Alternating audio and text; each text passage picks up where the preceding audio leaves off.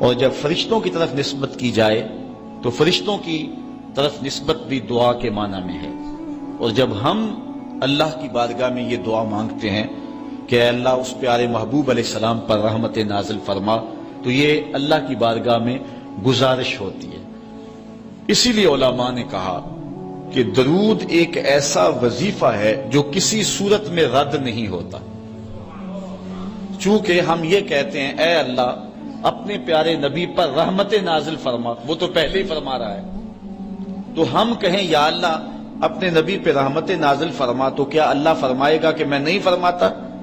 اس لیے یہ ہو ہی نہیں سکتا۔ علماء کہتے ہیں کہ جو درود ہے وہ بہر صورت قبول ہوتا ہے۔ اس لیے حضرت عمر رضی اللہ تعالیٰ عنہ فرماتے ہیں کہ دعا کو درود کے ساتھ جوڑ لو، درود تو قبول ہونا ہی ہونا ہے، تمہاری دعا بھی قبول ہو جائے گی۔ چونکہ اللہ تعالیٰ جل شانہ کی یہ شان نہیں ہے کہ بعض کو قبول کر لے اور بعض کو ترک کر دے۔ ہماری فقہ کا بھی مسئلہ ہے، اگر آپ نے کسی سے سودا لیا ہے، اس میں کوئی ردی چیز آ گئی اور کچھ صحیح آ گئی، اب یہ نہیں آپ کر سکتے کہ جو صحیح ہے وہ رکھ لیں اور ردی واپس کر دیں، یا تو وہ صحیح کے ساتھ ردی بھی قبول کرنا پڑے گی اور یا پھر جو ہے وہ صحیح بھی واپس کرنا پڑے گی۔ یہ نہیں ہوگا کہ مرضی کی رکھ لی اور مرضی کی واپس کر لی، یا سارا سودا قبول کرنا پڑے گا یا سارا سودا واپس کرنا پڑے گا۔ تو اللہ تعالیٰ جل شانہ کے حضور جب درود کے ساتھ دعا مانگی جائے تو پھر اللہ تعالیٰ جل شانہ اس دعا کو چھانٹ کے الگ نہیں کرتا کہ میں نے یہ نہیں قبول کرنی، درود کے ساتھ جو مانگی ہوئی دعا ہے اللہ وہ بھی مستجاب فرما لیتا ہے، وہ بھی قبول فرما لیتا ہے۔ درود پاک وہ بابرکت عمل ہے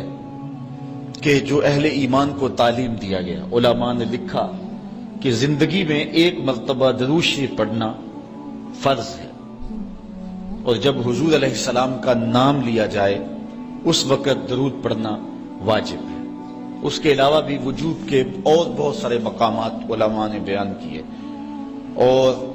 نمایاں 40 مقامات علماء نے بیان کیے جہاں درود شریف پڑھنا مستحب ہے، لیکن بعض مقامات پہ درود شریف پڑھنا مکروہ بھی ہے، جس طرح باتھ روم اور اس قبیل کے اور مقامات اور جگہیں اور جو ہے وہ احوال ایسے ہیں جہاں درود شریف نہیں پڑھا جائے گا۔ باقی درود شریف وہ بابرکت وظیفہ ہے، وہ مقبول بارگاہ عمل ہے کہ جس کو جتنی بار مرضی پڑھو، ایک تو طبیعت میں اکتاہٹ نہیں ہوتی، انسان تھکتا نہیں، اور دوسرا اس عمل کی برکتیں اتنی ہیں، اس کا ثواب اتنا ہے کہ حضور نبی رحمت صلی اللہ علیہ وسلم کا فرمان حضرت ابو ہریرہ رضی اللہ تعالی عنہ سے سماعت کر لیجئے کہ حضور علیہ السلام نے ارشاد فرمایا من صلی علیہ صلاۃ واحدۃ صلی اللہ علیہ عشرا،